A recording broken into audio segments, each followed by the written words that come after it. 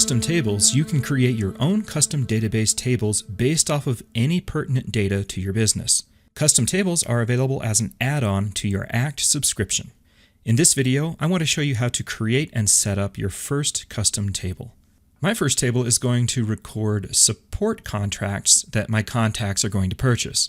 So to do this, I'm going to go to my Custom Tables menu, and then I'll click Manage Custom Tables. This opens up my Manage Custom Tables window. So from here, let's click Create Table. The first thing I need to decide is the name of this table. The name is how this table will be referenced in my ACT database. You need to follow the SQL naming conventions here, so avoid any spaces and don't begin the name with a number or an underscore. Also, avoid the use of special characters and keep the name to less than 32 characters. Just a word of caution, this name cannot be edited later. I'm going to call my table Support. The display name is what you will see in the left navigation or on any tabs where this database is shown. For this purpose, it's really wise to avoid using long names here. If you have a logo that you'd like to display alongside the database name in the left navigation, you can browse for it here. For best results, keep your logo small. We recommend about 16 pixels in width and height. Down in the additional settings area, decide where this table should be seen. In most cases, it will tie to a contact as well as a company record. Unless it's absolutely required, I would suggest avoiding extending it to opportunities and groups because this can slow down the response time. I'm also going to check the box to show this in the nav bar because I want my support table to appear in my left navigation. Now I'm going to click Next. The table links will determine which of the standard ACT entities will be linked with your new custom table. It makes the most sense to just mimic the options you selected on the previous screen.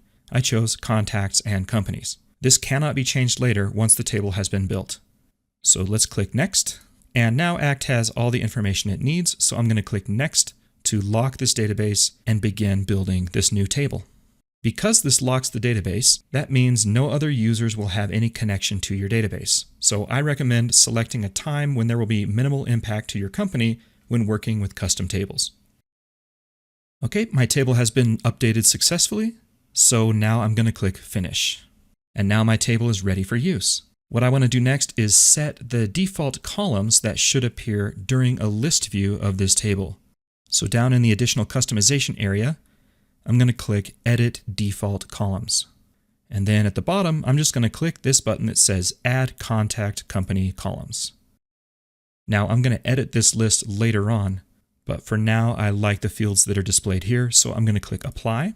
And now if we want, we can edit this table, which shows us that some settings, like the table name and some of the linked to options, cannot be edited.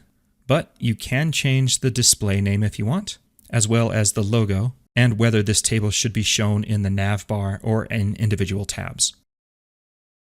To delete a table, just click the Delete Table link.